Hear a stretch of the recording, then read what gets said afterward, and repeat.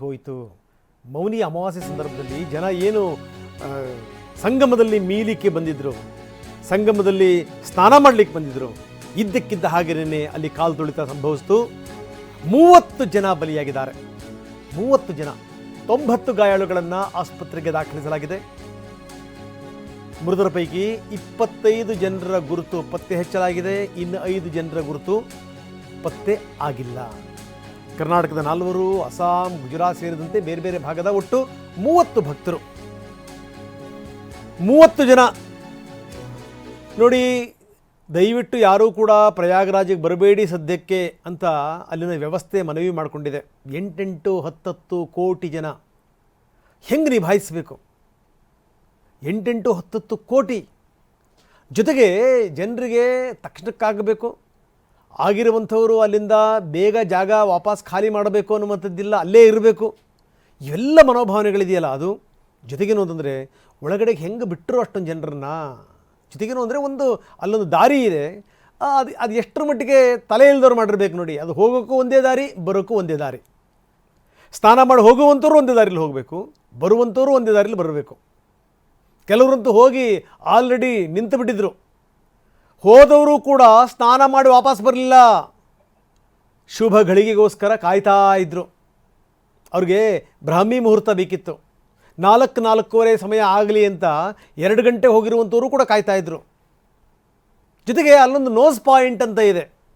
ಅದೇನಪ್ಪ ಅಂತಂದರೆ ಮೂಗಿನ ಆಕಾರದಲ್ಲಿರುವಂಥದ್ದು. ಅಲ್ಲಿ ಸಂಗಮ ಆಗುತ್ತೆ, 3 ನದಿಗಳ ಸಂಗಮ, ತ್ರಿವೇಣಿ ಸಂಗಮ.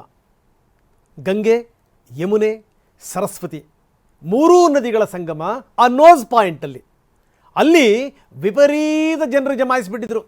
ವಿಪರೀತ ಜನ ಎಷ್ಟರ ಮಟ್ಟಿಗೆ ಅಂತಂದರೆ ನಿನ್ನೆ ಸಾಧು ಸಂತರು ಸನ್ಯಾಸಿಗಳು ಅಂಥವ್ರಿಗೆ ನಿನ್ನೆ ವ್ಯವಸ್ಥೆ ಮಾಡಲಾಗಿತ್ತು.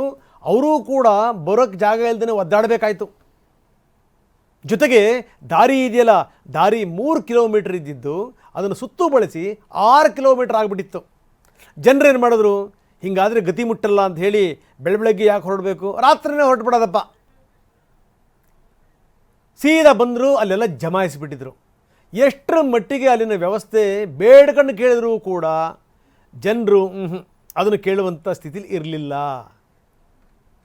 ಬನ್ನಿ, ಇದಕ್ಕೆ ಸಂಬಂಧಪಟ್ಟಂಗೆ DIG ವೈಭವ್ ಕೃಷ್ಣ ಮಾತಾಡಿದ್ದಾರೆ. ಏನು ಹೇಳ್ತಾರೆ ನೋಡೋಣ.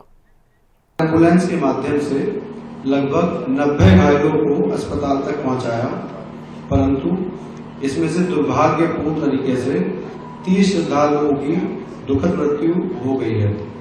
इनमें से 25 की पहचान हो चुकी है.